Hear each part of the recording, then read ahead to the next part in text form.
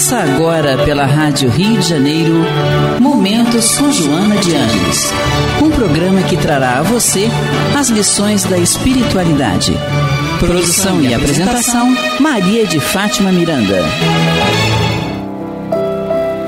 Amigos ouvintes da Rádio Rio de Janeiro, estamos de volta para o nosso encontro semanal, estudando a obra da Joana, O Homem Integral. Hoje, na companhia dos amigos Eduardo Araújo, eu vou adiantar porque tem convidados aqui, né?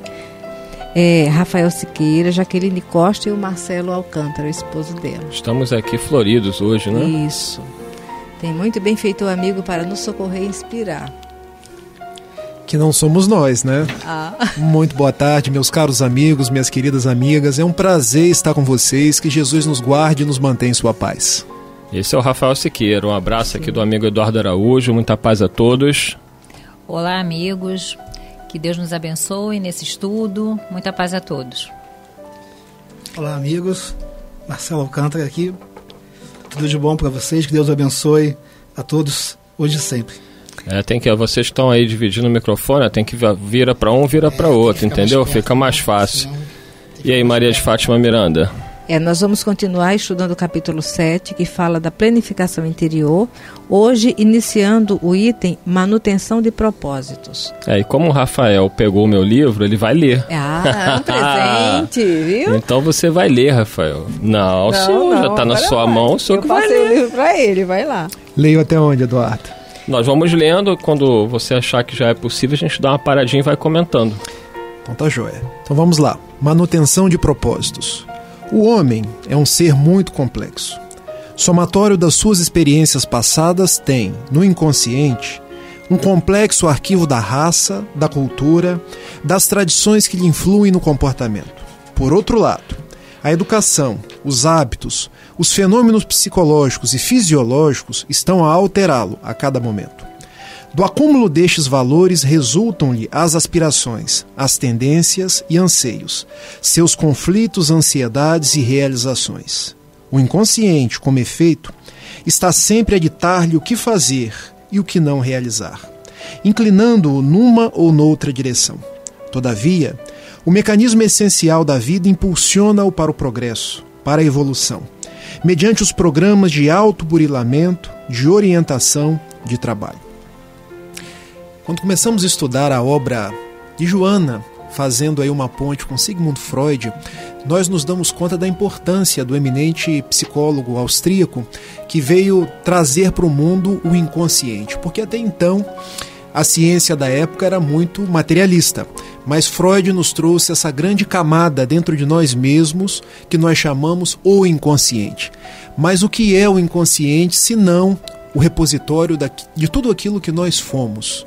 Dos nossos impulsos, das nossas vivências, daquilo que fizemos de nós mesmos e também daquilo que Freud propôs. A nossa parte não conhecida, a nossa parte reprimida ou recalcada. Ou seja, quando conseguimos fazer uma ponte entre o que propõe Freud e a doutrina espírita, nós entendemos que precisamos conhecer esse inconsciente, ou pelo menos vivenciá-lo de uma forma a integrá-lo na nossa vida cotidiana para passar a viver sob novas prismas, sob novas cores. Daí a proposta da veneranda doutrina espírita quando nos propõe: conhece-te a ti mesmo. Porque nós só conseguimos modificar aquilo que nós conhecemos. E precisamos viajar por esse inconsciente para saber, não ficar naquela curiosidade daquilo que nós fomos, mas as nossas tendências, as nossas intenções que muitas vezes nós negligenciamos e que fazem parte do nosso cotidiano para trabalhar de forma a nos aprimorarmos. Então Joana vem e nos diz: o inconsciente existe. Ele drena no seu consciente a todo momento. E são dessas pulsões do inconsciente que nós vamos nos descobrindo. E pela tarefa da educação, pela tarefa da evangelização, aprendendo a lidar conosco mesmo para nos fazer pessoas melhores. Pois é o iceberg. Isso. Abaixo do nível do mar, né, está um manancial. Essa mulher, ela leu meu pensamento. Às vezes eu vou falar uma coisa, a Miranda vem e fala. É o socorro divino por misericórdia. Então, abaixo do nível do mar estão as nossas experiências e as nossas possibilidades. Agora, viajar no mar do inconsciente sem a bússola do Evangelho é uma porta de loucura. Né? Exatamente. E quando o texto fala aqui, né, que o homem é um ser muito complexo, somatório das suas experiências passadas, né? Eu ainda acrescento, né, toda a vivência atual. Né, tudo isso impacta diretamente no nosso comportamento, nos nossos propósitos. Aquilo que a gente traz de bagagem anterior, de vidas pretéritas, é tudo aquilo que estamos submetidos na encarnação atual. Então, o conjunto de tudo isso, né, nos remete a pensar, a analisar e a descobrir o quanto o inconsciente impacta na gente. Eu brinquei com a Miranda porque enquanto o Rafael falava, o Freud usou muito essa imagem do iceberg, para dizer o seguinte, que nós somos regidos pelo inconsciente. E isso é muito estranho, né? A gente fala, mas como que eu sou regido pelo inconsciente? Ele fala que o inconsciente, ele é aquela parte submersa do iceberg, que é a parte maior. A parte que nós usamos, que é a nossa consciência, deixa eu aumentar, senão a Miranda vai desencarnar aqui com o ar-condicionado.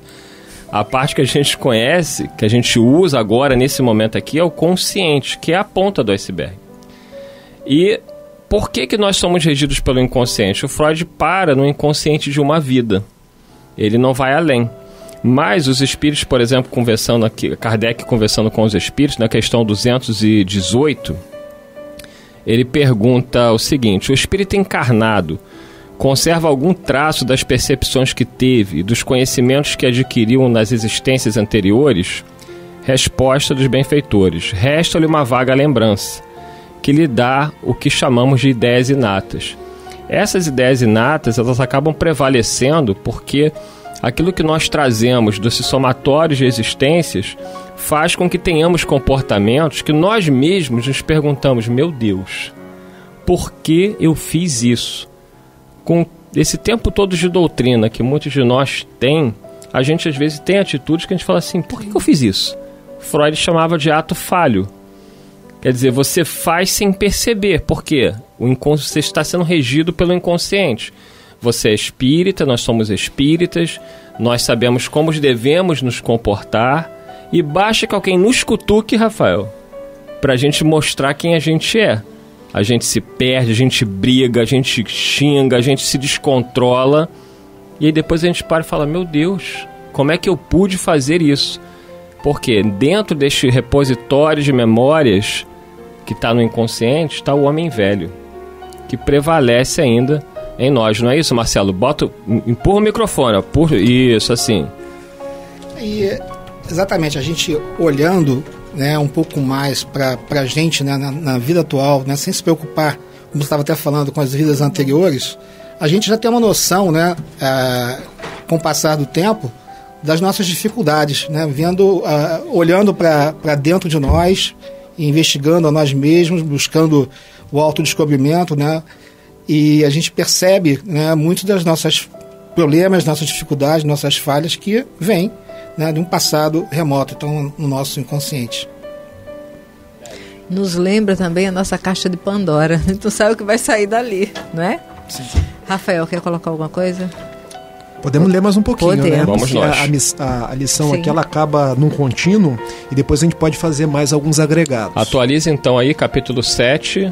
Vamos lá. O item manutenção de propósito. Isso, livro exatamente. Homem Integral. Exatamente. O resultado natural deste processo é uma mente confusa, buscando claridade. São problemas psicológicos, aguardando solução.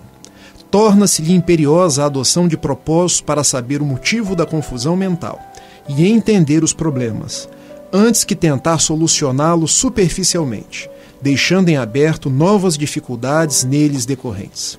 A solução de agora pode satisfazê-lo por momentos, porém, se não são entendidos, eles retornam por outro processo, permanecendo na condição de conflitos a resolver. Nossa, isso aqui é uma aula de psicologia. Posso me valer de uma metáfora bíblica? Vamos nós. Todo mundo conhece aqui a Arca de Noé. Vocês lembram da Arca de Noé? Quando Noé foi convidado a trazer 2 animais de cada espécie e compor uma arca, porque a proposta de Deus era: no mundo existe tanta corrupção, tanta depravação que eu preciso salvar a espécie. Então, você e sua família, ele e a esposa, 3 filhos e mais um casal de cada espécie. E aquela arca de Noé, ela tinha 3 níveis. No primeiro nível, os animais, as bestas feras. No nível do meio da arca de Noé, os animais domésticos. E na parte superior, as aves do céu. Vamos trazer isso para nível da nossa estrutura mental. Onde estão as nossas bestas feras? No nosso inconsciente. O que nós somos hoje? A parte central da arca, tentando nos domesticar à luz do Evangelho. Para chegar onde? A ser uma ave do céu. Olha as metáforas que são trabalhadas no texto bíblico e nós muitas vezes queremos interpretar o pé da letra. Meus amigos, não existe leitura do texto evangélico e do Velho Testamento ao pé da letra, porque senão a gente pode se equivocar. Noé estava falando da casa mental de cada um de nós. Então qual é o propósito da psicologia e da doutrina espírita fazendo essa ponte? É você trabalhar com as bestas feras. Só que nós não conhecemos essas bestas feras. Não conhecemos, negligenciamos e muitas vezes projetamos nas outras pessoas. Porque a ignorância que eu não vejo em mim, eu vejo na Maria de Fátima. O problema está sempre no outro. A raiva que eu não vejo em mim, eu culpo o meu obsessor. E as igrejas transformaram essas projeções em diabo, em demônios, quando tudo isso está dentro dessa parte inferior da arca, onde estão as nossas bestas feras. Por isso que Joana vem nos dizendo que o resultado natural deste processo é uma mente confusa. Por que é uma mente confusa? A gente está na busca de nos evangelizar, de nos domesticar, mas sem conhecer as nossas bestas feras. Por isso que a questão 919 fala do autoconhecimento, remontando a antiguidade clássica. E muitas pessoas não entendem como é que eu posso ser feliz conhecendo a mim mesmo. Porque eu só consigo me melhorar sabendo que eu tenho bestas feras. Eu sou uma onça, porque eu agrido. Eu sou uma cobra, porque eu mordo. Eu tenho um zoológico dentro de mim. Um zoológico me causando conflitos durante todo o momento. Qual é a proposta psicologicamente equilibrada? Conhecer o meu zoológico, aceitar o meu zoológico, para daí transformar. Domesticar o zoológico. Exatamente. Porque senão, se eu não fizer isso, olha o que ela nos coloca na última frase. A solução de agora pode satisfazê-lo por momentos, porém, se não entendidos, eles retornam por outro processo, permanecendo na condição de conflitos a resolver. Por que permanecem na condição de conflitos a resolver? Quando eu não trabalho com as minhas bestas feras, isso vem num ato falho, como falou o Eduardo. Eu viro bicho com você, Maria de Fátima, porque eu nunca trabalhei com a minha sombra. Eu nunca trabalhei com o bicho que existe dentro de mim. Mas na hora da exasperação ele surgiu. Eu pergunto, o Rafael é assim? É. E você precisa amar o feio para transformar em bonito. Volta num sonho, você tem aqueles sonhos os mais esdrúxulos possíveis. O que é isso? Será que eu fui nessa região do plano espiritual? Registros do nosso inconsciente, que voltam através de símbolos ou de doenças psicossomáticas. Porque grande parte das doenças hoje, elas começam no meu inconsciente que drena no meu corpo. Aí eu adoeço do fígado, adoeço do estômago, porque eu não trabalhei com as minhas emoções. E aí o André Luiz também fala isso, né? Esses 3 andares. A Joana também, quando fala do cérebro reptiliano, que nós somos mais impulsionados pela nossa primitividade ainda. Jaqueline e Marcela, a gente pega aqui a frase do Paulo de Tarso, né? Paulo de Tarso, um exemplo para todos nós, ele que trouxe uma revolução para o cristianismo, levando a doutrina de Jesus, né, o evangelho de Jesus para todos, né, para os gentios, os não-judeus. Ele tinha seus momentos em que ele se perguntava também o que está acontecendo comigo, da confusão mental. E ele dizia lá em Romanos, capítulo 7, versículos 19 a 20, porque não faço o bem que eu quero, mas o mal que eu não quero, esse faço. Mas se eu faço o que eu não quero, já não sou eu quem faz, e sim o pecado que habita em mim. Quer dizer, era a confusão que o próprio Paulo tinha que lidar com, essa confusão mental de falar assim, meu Deus, eu não quero mais esse mal, mas eu ainda faço. E vamos, vira o microfone aí, puxa aí. E agradecemos a Deus, né, a oportunidade através da doutrina, do conhecimento do Evangelho, que a gente possa despertar para o nosso zoológico interior. Porque a gente Vocês se gostaram do zoológico do Rafael, Sim, né? adorei a metáfora. Que nos apercebamos de que isso existe e que com a duras penas a gente consiga driblar isso aí, ou melhor, se melhorar a cada dia, reconhecendo os erros e tentando sempre aprimorar. Quantos de nós ainda não conseguem perceber esse zoológico interior? Né? Ainda reincidem no mal, ainda estão em momentos de conflito, irmãos na longa jornada que chegarão lá. Eu lembrei de uma história que realmente foi uma coisa que aconteceu. Houve uma situação, um desencontro no trânsito. E a esposa estava falando, meu esposo, ele é bem baixinho. Mas diante da fechada lá do motorista do ônibus, ele conseguiu fechar o ônibus, desceu do carro e aquele toquinho de gente pulava na janela do motorista que parecia um gorila. Aí eu fiquei lembrando que esse momento, né, que essa impulsividade ainda ligada à animalidade vem aflora e nós temos aquela atitude como se fosse um gigante. Aí nos lembra uma pessoinha que falava assim, diante de um momento difícil da sua jornada, quando você se deparar com um gigante, não se assuste. Observe a posição do sol, porque aquilo que parece o gigante pode não passar da sombra de um anão. Porque, na realidade, essas bestas feras que nós trazemos, diante do Cristo, são pigmeus. Por isso que a gente precisa identificá-las, domesticá-las para apresentar o divino que também está lá dentro. Exatamente. Vamos avançar mais na leitura? Vamos avançar. Para que se mantenha o propósito de entendimento de si mesmo e da vida, faz-se necessário um percebimento integral de cada fato, sem julgamento, sem compaixão, sem acusação. Vamos parar aqui. É difícil ler Joana sem parar, né? Porque a grande dificuldade dos religiosos hoje é deixar de julgar. Nós julgamos as outras pessoas porque nós nos julgamos. Nós cobramos as outras pessoas porque nós nos cobramos. E os consultórios psiquiátricos de psicologia estão cheios hoje de pessoas super, hiper exigentes.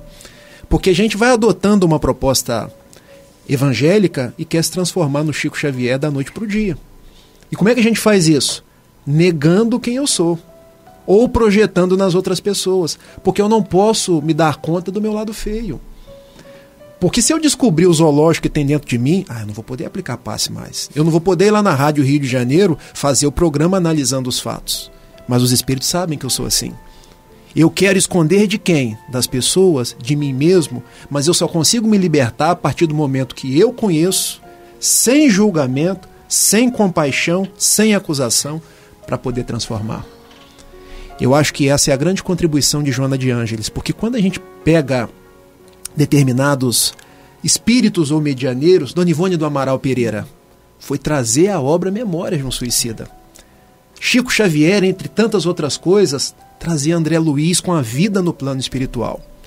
Divaldo Franco trazer Joana de Ângeles falando de uma psicologia com alma, para que a gente deixasse de ser tão duros conosco mesmo e passasse a entender que nós somos filhos de Deus e Ele nos ama da forma como nós somos.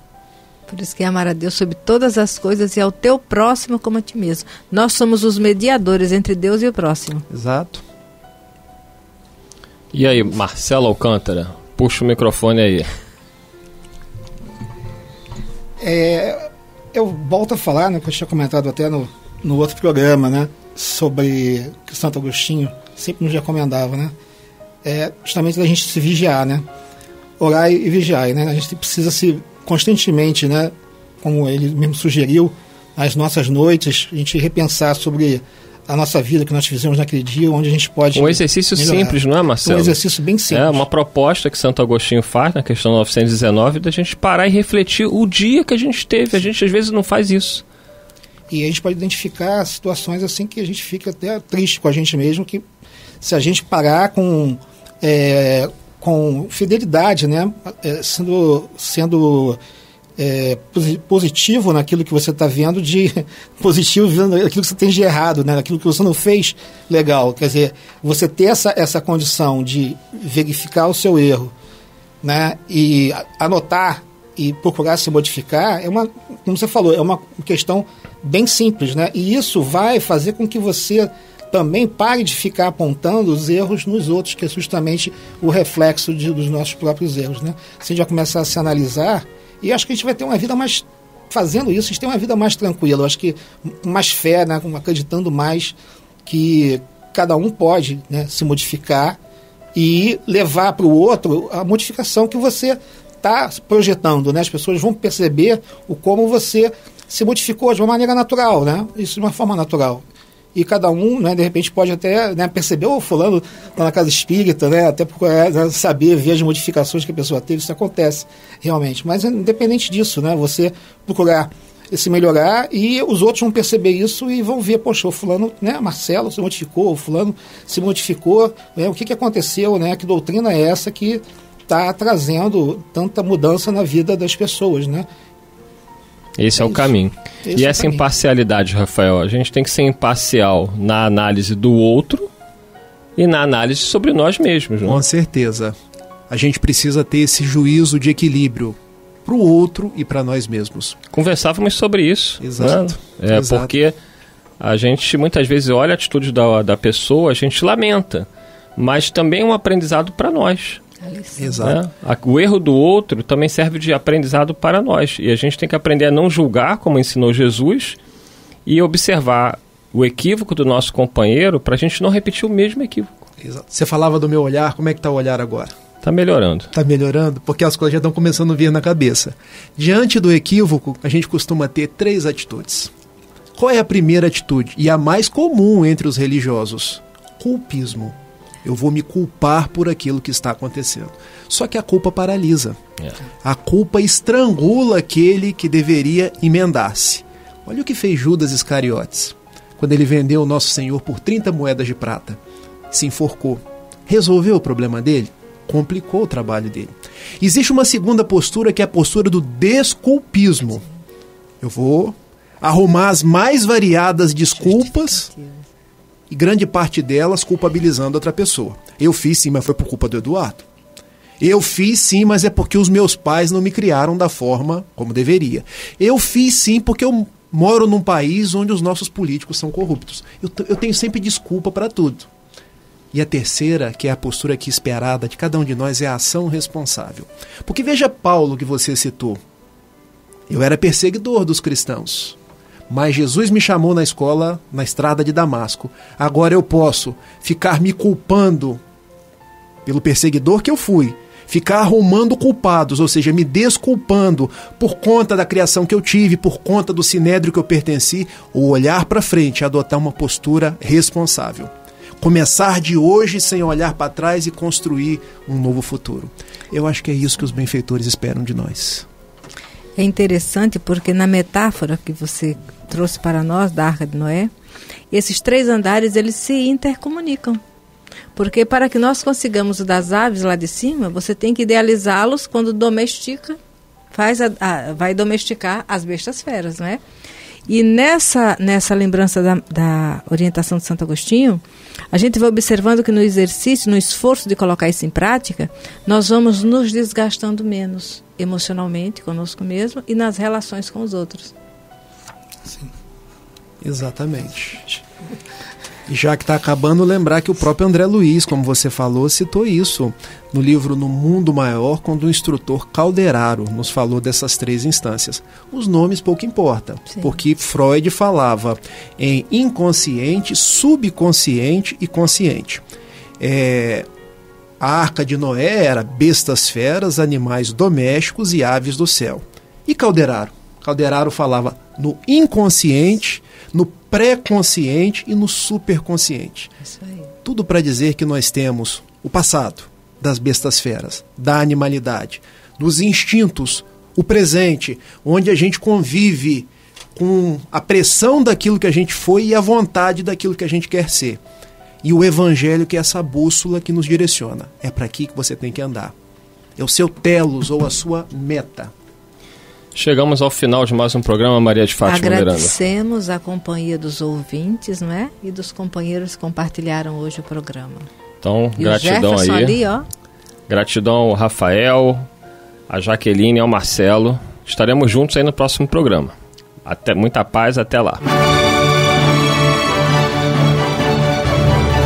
A Rádio Rio de Janeiro apresentou Momentos com Joana de Ângeles, um encontro com as lições da espiritualidade.